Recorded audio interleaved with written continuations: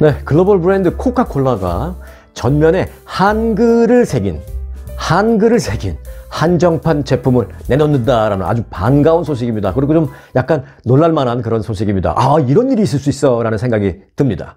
자, 이는 세계적인 트렌드로 자리매김한 이 K-팝과 K-팝 이 팬덤 문화에서 영감을 받아서 출시된 것이라고 합니다. 자, 코카콜라는 코카콜라 제로 한류 K-웨이브 라고 쓰여진, 그러니까 코카콜라 제로 한류, 여기까지는 한글이에요. 한글. 그리고 그 뒤에 K-웨이브라는 영어로 쓰죠. 자, 코카콜라 제로라는 것은 이제 칼로리가 없다라는 뜻이죠. 설탕 안 넣고 뭐 칼로리 제로, 다이어트 같은 얘기죠. 코카콜라 제로 한류 K-웨이브라고 쓰여진 이 콜라를 한국은 물론 미국, 일본, 프랑스, 스페인, 싱가포르 등 세계 36개국에서 대대적으로 판매할 예정이라고 밝혔습니다. 일반적인 맛과는 조금 다른 상큼한 과일향, 뭐 프루티 판타지라고 명명이 된 자기네가 만든 이름이죠. 그런 맛이 나는 게 특징이다라고 코카콜라 측은 밝혔습니다. 코카콜라는 이번 한정판 제품을 출시하면서 프로듀서이자 아티스트인 박진영 씨, 뭐 가수이면서도 뭐 소속 기획사 사장이죠. 박진영 씨를 비롯해서 박진영 대표 회사 소속인 스트레이키즈, 뭐 있지, 엔믹스 라는 아티스트들과 함께 뭐 아이돌 그룹, 걸그룹 등이죠. 이들과 함께 만든 타이틀곡 노래가 하나 있는데 Like Magic이라는 노래입니다. Like Magic의 뮤직비디오도 코카콜라가 공개를 했습니다. 자, 이에 대해서 코카콜라 측은 전 세계에서 가장 열정적인 K-팝 팬들의 무한한 헌신에서 받은 영감을 기반으로 전 세계 팬들에게 마법 같은 경험을 전할 수 있어서 코카콜라로서도 매우 기쁘게 생각한다라고 말했습니다. 마법 같은 경험을 세계인들에게 전하고 싶다라고 그랬죠. 그래서 아까 맛을, 상큼한 과일 향이 나는 맛을, 이름을 그렇게 지은 모양인데요. 프루티 판타지라고 했죠. 프루티 판타지. 자, 코카콜라는 이제 앞서 말씀드린 박진영 씨와 소속사 가수들이 함께 만든 타이틀곡 Like Magic 음원과 뮤직비디오를 중심으로 이번 제품을 홍보할 계획이라고 밝혔습니다. 참, 세상이 정말 많이 변했다라는 생각입니다. 뭐 1, 20년 전만 해도요. 어디 코카콜라에 한글이 새겨질 줄 상상이나 했겠습니까? 네. 아주 이런 거 보면 좀 살만한 세상이다. 앞으로 한 5, 60년만 더 살면 이 세상이 어떻게 변하는지 참 보고 싶다라는 그런 생각도 듭니다. 정말 저는 뭐 막 오래 장수하고 싶은 그런 생각을 해봤다기보다는 정말 이 세상이 어떻게 변하는지 궁금해서 이 변화하는 세상을 좀 보고 싶어서 그것 때문에는 좀 오래 살고 싶은 생각이 있는데 뭐 뭐든지 다 사람 마음대로 되는 건 아니니까. 그런데 요즘은 그래도 워낙 변화가 빠르니까 짧은 시간에 훨씬 옛날보다는 많은 걸 볼 수 있는 건 사실입니다. 옛날 같으면 한 10년, 20년 지나야 변할 수 있는 그런 것들이 요즘은 뭐 불과 6개월, 1년도 안 돼서 다 변하고 있으니까 또 그런 점에는 참 좋은 세상인 것 같습니다. 자, 꿀 정보가 될 만한 내용을 좀 몇 가지 간추려서 갖고 와봤어요.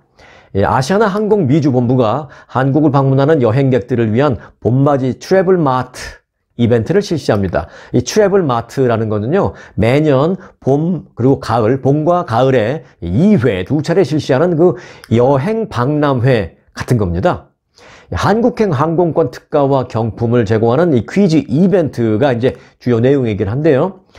이번 이벤트는 3월 12일, 다음 달 12일까지 계속됩니다. 항공권 특가의 경우에는요, 그러니까 항공권은 이제 싸게 사는 거는 기본적으로 이때까지 가능하죠. 3월 12일까지. 자, 아시아나 미주 노선의 경우는, 미주 노선은 LA 있고요. 뉴욕, 시애틀, 샌프란시스코, 그리고 호놀룰루 있습니다. 이렇게 5개의 아시아나 미주 노선에 적용이 됩니다.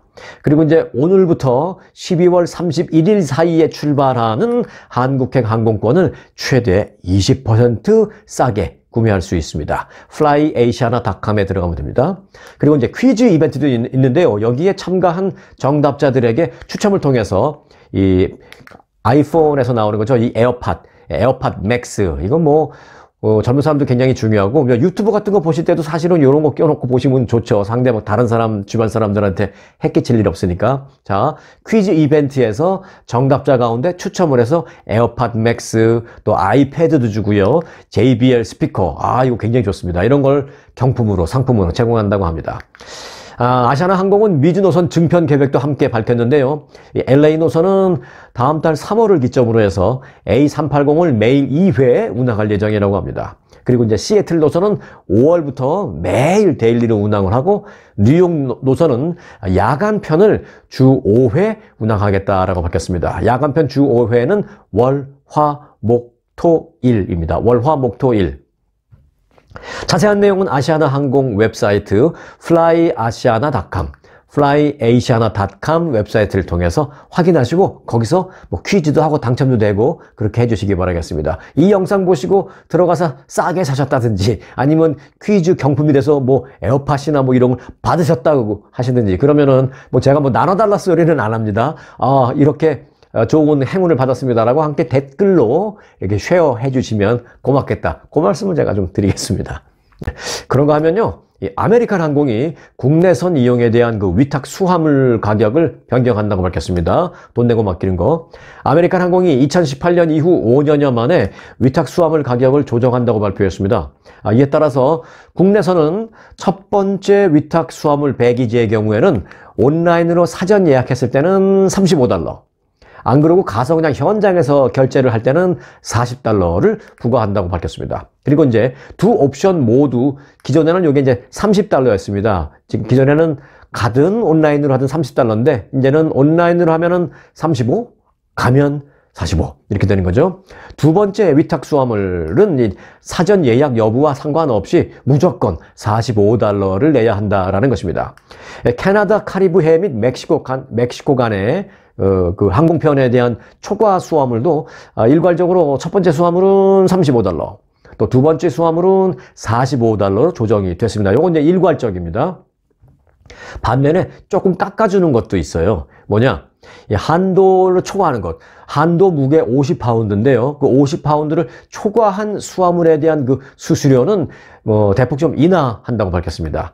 한 예로 수화물의 그 초과된 중량이 3파운드 이하일 경우에, 그러니까 조금만 추가했을 때, 요거 사실 좀 봐줄 수도 있지만, 뭐 그런 거 다 봐주다 보면은 뭐, 모든 사람 다 봐주면은 뭐 안 될 테니까, 뭐 못 봐준다라는 전제 하에 초과물, 초과된 중량이 3파운드 이하, 조금만 초과했을 경우에 수수료는 그저 기존에는 그럼에도 불구하고 여하튼 1파운드만 올라가도 $100를 냈어야 되는데 요거는 3파운드가 안 되게 초과됐다? 그러면 $30만 더 내면 되게 요거는 크게 인하했다라고 아메리칸 항공이 밝혔습니다. 네. LA의 그 커머셜 보험 회사가 뭐 여러 개 있는데요. 그 가운데 그 전문 에이전시 써니 보험이라고 있습니다. 이 써니 보험 회사가 포스터를 무료 배포한다고 하네요.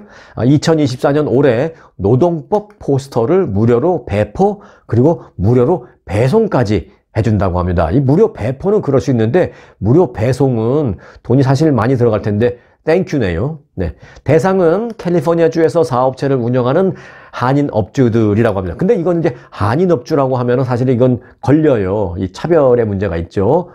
나도 이거 필요하다라고 요청이 왔는데 당신 한국 사람이 아니야. 아니면 안 보내.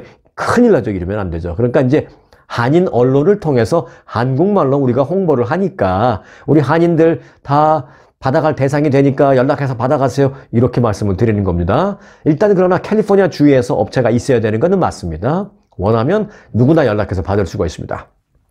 이 무료 포스터는요, 업체 이 한 곳당 최대 2부까지만 보내드린다고 합니다. 그 수량이 제한됐기 때문에 뭐 3개, 4개는 못 보내주고. 그런데 이제 업체 한 곳당 사실은 하나만 붙이면 되거든요. 그러니까 이제 2개 있으면 충분하죠. 이전에 그 노동법 포스터를 부착하고 있다면, 그러니까 지나간 거, 2023, 2022, 1년, 2년, 3년 된 걸 붙이고 있으면 이건 안 됩니다. 최신판으로 교체해야 합니다. 써니 보험은 이와 관련해서 노동법 포스터는 직종에 상관없이 종업원이 1명 이상인 사업장에는 반드시 부착해야 한다라면서 가주직업안전청 검사관이 업소를 방문했을 때 이 포스터 부착 여부를 반드시 확인하고 있고 그 위반 여부가 확인되면 그 업소에 대해서 벌금을 부과한다라고 강조했습니다. 노동법 포스터가 안 붙어 있어도 벌금 받고요. 2024년께 아니라 2023년이나 그 전께 옛날께 붙어 있어도 벌금 받습니다. 그러니까 2024년께 딱 업소당 하나씩 붙어 있어야 되는데 요게 필요하신 분들은 LA의 써니 보험으로 연락하시면 무료로 발송까지 해 주신다고 합니다. 네, 대한민국 초대 대통령 누구죠? 네, 이승만 대통령. 그 이승만 초대 대통령의 일대기를 다룬 다큐멘터리 영화가 지금 한국에서 많이 상영되고 있는데 영화 이름은 건국전쟁이라고 합니다. 그 건국전쟁의 상영회가 다음 달 그 미국에서 있는데요. 워싱턴에서. 워싱턴 DC 어디서 하게 되느냐? 네. 그 상영하는 장소가 연방의사당입니다. 한인 비영리 단체인 한미연합회는 다음 달 20일 오후 5시 30분 연방의사당 지하에 있는 그 비지터 센터가 있습니다. 방문자 센터에 있는 사우스 오리엔테이션 티어러라는 곳에서 이 영화 건국전쟁 상영회를 개최한다고 밝혔습니다. 이 한미연합회는 이승만 전 대통령의 탄생 149주년 기념 행사의 하나로 이번 상영회를 준비했다고 밝혔습니다. 그럼 내년이 되면 150년이 되겠네요. 내년에는 더 큰 행사가 있을지 모르겠습니다. 자, 이 영화 건국전쟁의 그 영어 제목도 따로 이제 만들었는데 영어 제목은 The Birth of Korea라고 만들었다고 합니다. 대한민국의 탄생이라고 만들었고 또 각 대사를 다 한국말로 되어 있으니까 영어 자막을 입혔는데 그 영어 자막 입히는 작업은 한미연합회가 아마추어지만 그래도 열심히 해서 다 올렸다라고 합니다.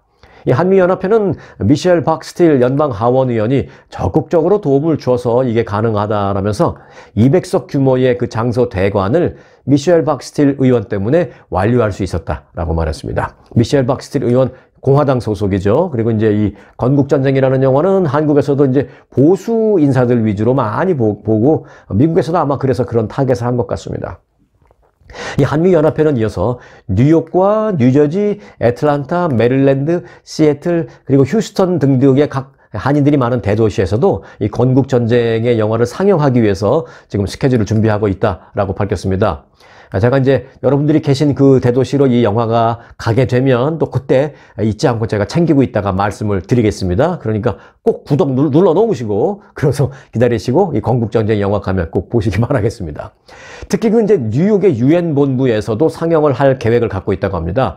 그를 위해서 유엔 측의 실무진들과 지금 협의 중에 있다라고 덧붙였습니다. 뉴욕 유엔 본부에서 이승만 영화를 튼다라는 것이죠.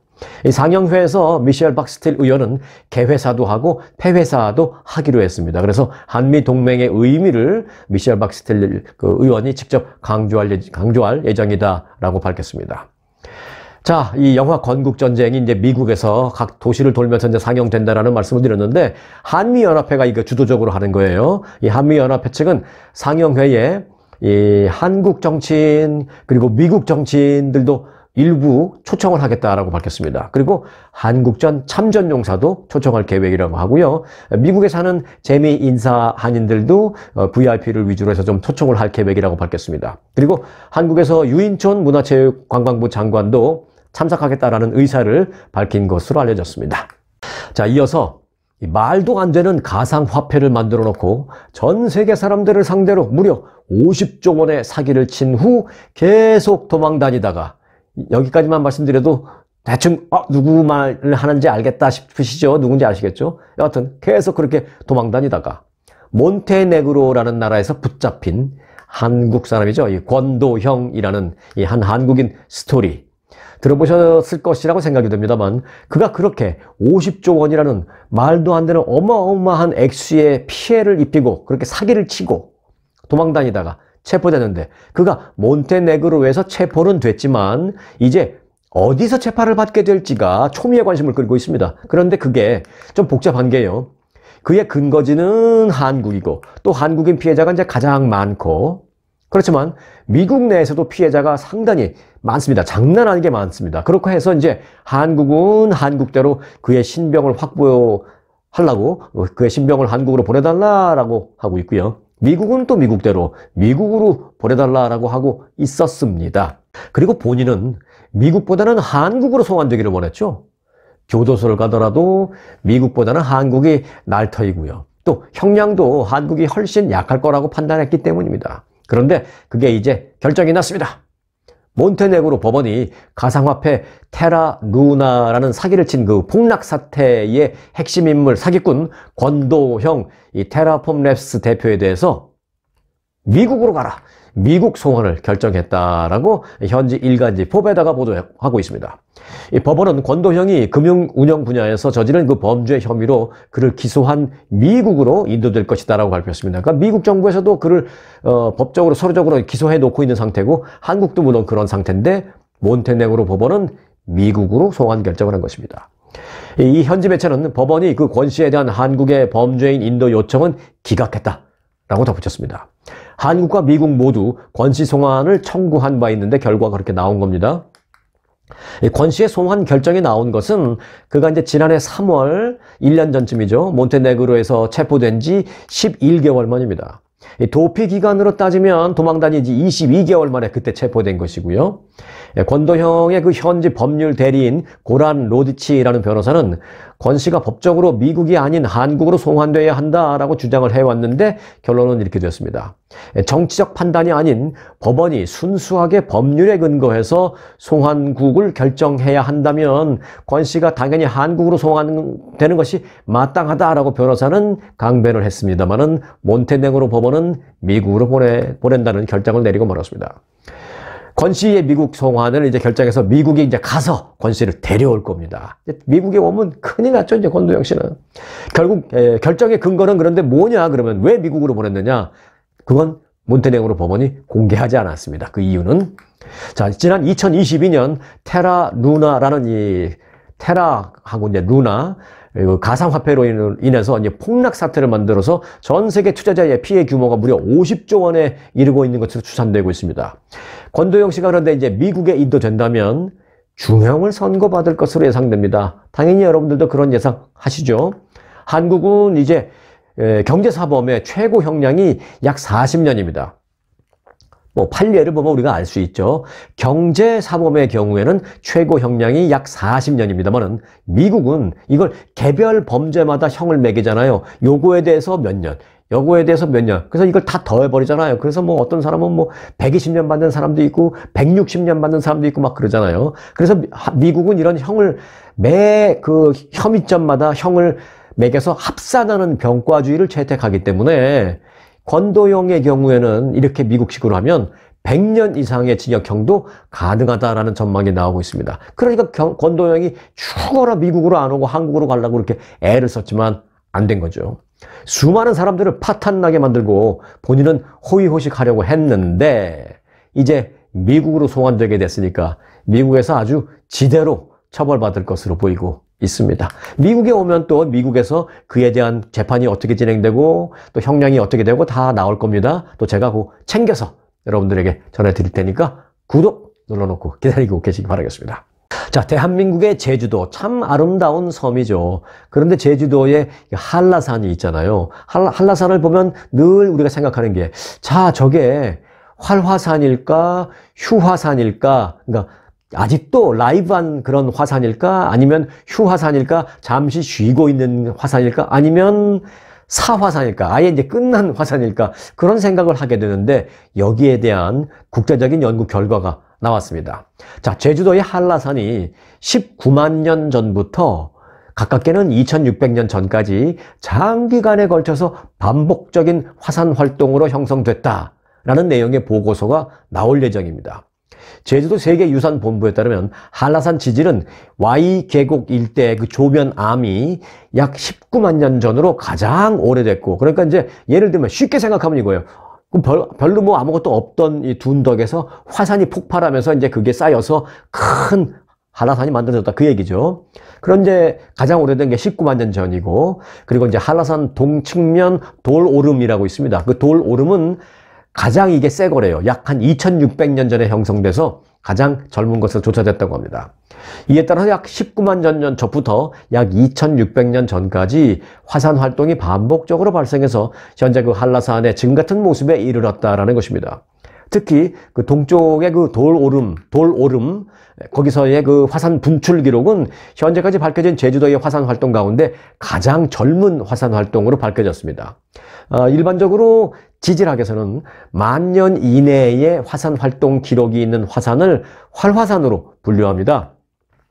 화산 활동이 있는지 한 9,500년쯤 됐다. 근데 9,500년 동안 없었다. 화산 폭발 활동이 없었다. 그러면 뭐 이거 끝난 거 아니냐? 라고 생각할 수 있지만 이 지구는 10,000년, 20,000년은 애기죠, 애기. 수억 년, 수십억 년의 역사를 갖고 있는 지구이기 때문에 10,000년, 20,000년은 뭐 찰나에 불과합니다. 그러니까 화산 활동이 발생한 지 10,000년이 안 된 그런 화산은 아직까지도 언제 터질 가능성을 갖고 있는 활화산으로 분류한다는 것입니다. 제주도 한라산이 그렇다는 겁니다.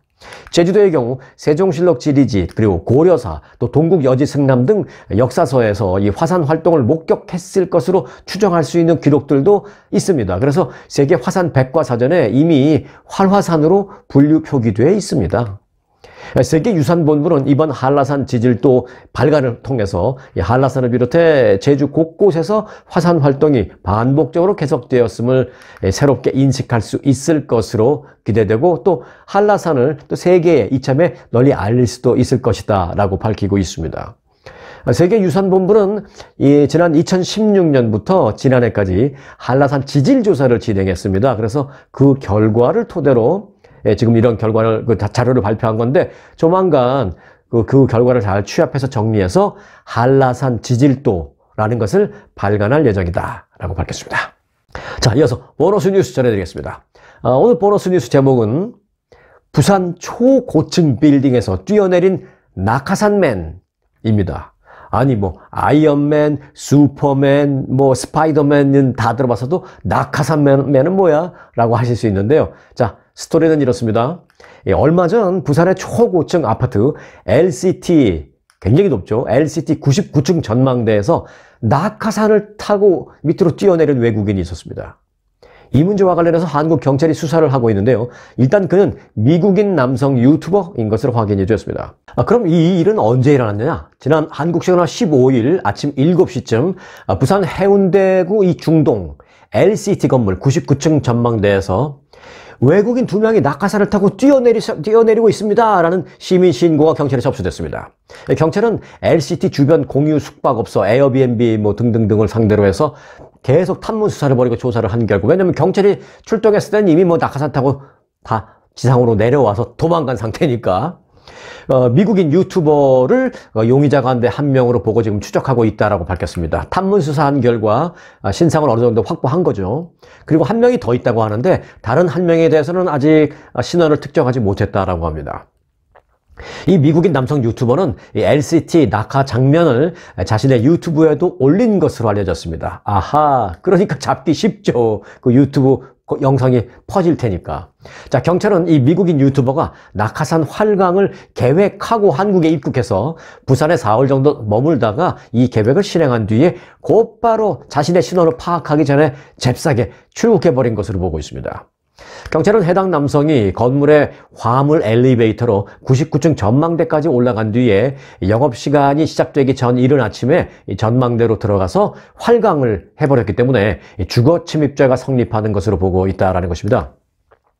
그러니까 영업시간에 갔으면은 뭐 침입까지는 아니죠. 뭐 다른 혐의를 씌울 수는 있지만, 그런데 영업시간, 그러니까 공식적으로 오픈하기 전에 물리적으로 자기가 몰래 들어가는 거니까 주거 침입죄에도 당연히 들어갑니다. 다른 것도 물론 또 있겠죠. 자, 그리고 지난 2019년에도 이 러시아인이 2명이요. 이 LCT 등 해운대 고층 건물에서 점프를 했다가 역시 주거 침입 혐의로 체포된 바 있습니다. 벌금형을 선고받고 이제 내쫓았는데 당시 고층 건물 안전 문제 등으로 큰 문제가 논란이 돼서 이 해당 러시아인 2명에게는 출국 정지가 처음에 내려졌었습니다. 그리고 이제 이들은 나중에 벌금 500만 원씩을 낸 후에야 출국을 할 수 있었습니다. 이 부산의 LCT라는 그 주상복합 빌딩은요, A동이 있고 B동이 있는데 이 A동은 무려 101층입니다. 이 중에 이제 99층의 전망대가 있는 거고요. 예, 아주 시원한 바닷가 바로 옆에 위치해 있어서 세계적으로도 아주 유명한 그런 건물이긴 한데, 그렇게 유명해지니까 이렇게 이제 그곳에서 문제를 일으키고 자신도 유명해지려는, 또 유튜브를 통해서 이 유튜브를 뭐 크게 확산시키고 인기를 좀 끌려는 그런 사람들이 나타나는 등 이 LCT 부산의 초고층 빌딩에 부작용도 많이 생기고 있습니다. 조속한 범인 검거를 하기를 바라겠습니다. 네, 아이 낳고 돈 받고 일거양득 얘기를 하나, 보너스 중에 보너스 추가, 이 영상 여기까지 오신 분들을 위해서 제가 추가로 간단하게 재밌는 얘기 하나 해드릴게요. 이건 뭐 뉴스라기보다는 그냥 얘기라고 생각하고 들으시기 바라겠습니다. 아이 낳고 돈 받고, 포인트는 이겁니다. 요즘 한국에서는 저출생 문제가 심각해서 각 지방 정부마다 아이를 낳으면 지원금을 줍니다. 뭐 2명 낳으면 돈을 더 준다, 뭐 3명 낳으면 더 준다 등등의 그 지원책을 내놓고 있는데요. 그런데 이제 재미있는 일이 있습니다. 서울 중구에서 중구에서 사시다 오신 분들 혹시 계신가요? 네, 서울 중구 그 구 차원에서 아이를 5명 이상 낳으면 1,000만 원을 준다라는 정책을 발표한 바 있습니다. 작년에. 서울 중구가 작년에 5째 아이 그 이상에 대한 지원금을 500만 원인데 이걸 1,000만 원으로 올려서 주겠다라고 발표를 했습니다. 그런데 이 정책 발표 후에 첫 번째 혜택을 받게 된 사례가 나왔습니다. 엊그제. 중구 그 청구동에 사는 95년생 동갑내기 부부 조영석, 전혜희 씨의 7번째 아이가 지난 5일 태어난 것으로 밝혀졌습니다. 7번째 아이. 네, 맞습니다. 7번째 아이가 태어났습니다. 그런데 이제 이들 부부는 중구가 5명 이상 낳을 경우에 1,000만 원을 주겠다라고 발표했을 때는 이미 6째 아이까지 갖고 있었습니다. 그러니까 이제 이 정책은 새로 태어나는 아이를 대상으로 하는 거니까 아무리 6째 아이까지 있다 하더라도 이미 있는 아이니까 해당이 안 됐는데 이번에 드디어 7째를 낳으면서 1,000만 원의 주인공이 된 것입니다. 조씨 부부의 아이들은 첫째부터 6째까지 지금 10살에서 2살입니다. 나이 차이가 얼마 안 나요. 6명인데 제일 어린 아이가 지금 태어난 아이 빼고 제일 어린 6번째가 2살, 그리고 첫째가 10살. 6명인데 다 합해봐야 8년 차이입니다. 이게 가능한가요? 네. 그래서 지금 여러 가지 면에서 이제 화제를 낳고 있습니다. 나이가 바로 위아래 차이가 거의 1년 조금 넘는 그런 터울의 아이들입니다. 상당히 보기 드문 그런 다자녀 가정이죠. 네. 중구 구청장이 그래서 이제 조 씨의 집을 직접 방문해서 축하 인사를 할 정도로 이 동네에 아주 자랑거리, 화제거리가 되었습니다, 이번에. 그래서 이제 구청장이 가서 힘든 점이 없습니까? 라고 물었습니다. 어찌 보면 예의상 그런 질문 당연히 하죠. 거기까지 구청장님이 갔는데 그런 거 안 물어보진 않잖아요. 아이고, 아이들 키우는데 힘든 점 없습니까? 라고 이제 그 구청장이 물었더니 그 아이들 아빠가 이렇게 대답했습니다. 지금 사는 집이요, 52평방미터. 이 52평방미터면은 평수로 몇 평 되나요? 이게 평수로 한 30평이 안 되죠? 25평쯤 되나요?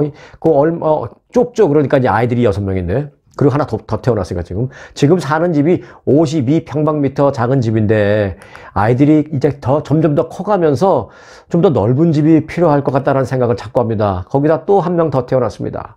다자녀 가구에 지원되는 그 주택의 평수도 아이 7을 키우기에는 작아서 지금 너무 고민입니다, 구청장님. 하고 얘기를 한 겁니다. 그러자 이 중구의 구청장님은 해결할 방법이 있는지 제가 적극적으로 함께 찾아보겠습니다. 라고 답변을 했습니다. 와우. 조금 더 큰 집을 부담 없는, 그러니까 이 사람들이 좀 감당할 수 있는 그런 정도의 가격으로 지금보다는 훨씬 더 큰 집을 알아봐 주겠다라는 그런 구청장님의 약속인 것으로 저는 보이는데요. 네. 조씨 부부가 7째 출산으로 중구가 지급하는 그 1,000만 원의 출산 양육 지원금이 있잖아요. 그런데 이거 외에도 상당히 지원금이 많습니다. 볼까요? 우선 1,000만 원 빼고요. 우선 중구에 6개월 이상 거주한 산모에게 지급하는 산후조리 비용이 있는데 이게 50만 원입니다. 이건 중구에서 준 겁니다. 그리고 서울형 산후조리 경비 지원금 또 100만 원이 있습니다. 이건 서울시가 주는 겁니다. 그리고 모든 출생 아동에게 지급하는 첫 만남 이용권이 있습니다. 막 태어나는 아이가 있으면 그 부모에게 주는 거, 첫 만남 이용권.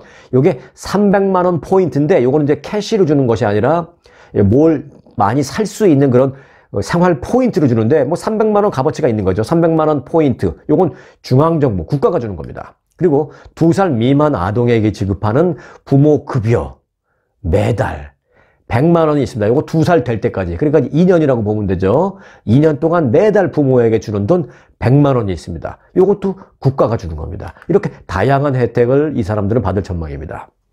옛날에 아주 그 어려운 형편 속에 아이를 낳으면 아이고 어떻게 이렇게 키우느냐라고 이제 엄마 아빠들이 걱정하는 그런 경우를 많이 봤는데, 그렇게 이제 걱정하는 부모들에게 주변 사람들이 해주던 말이 지금 갑자기 생각이 나네요. 이런 식으로 그 주변 사람들이 말을 했죠. 아이고 걱정 말어. 다 지 먹을 거 갖고 태어난다. 이런 식으로 어르신들이 얘기하는 걸 들었었거든요. 그런데 요즘 아이들은 정말 자기 먹을 거 갖고 태어나네요. 자, 오늘 영상은 여기까지입니다. 자, 오늘도 함께 해주셔서 감사하고요. 늘 스토리가 있는 뉴스, 송앵커의 스토리 뉴스 오늘 순서 마칩니다.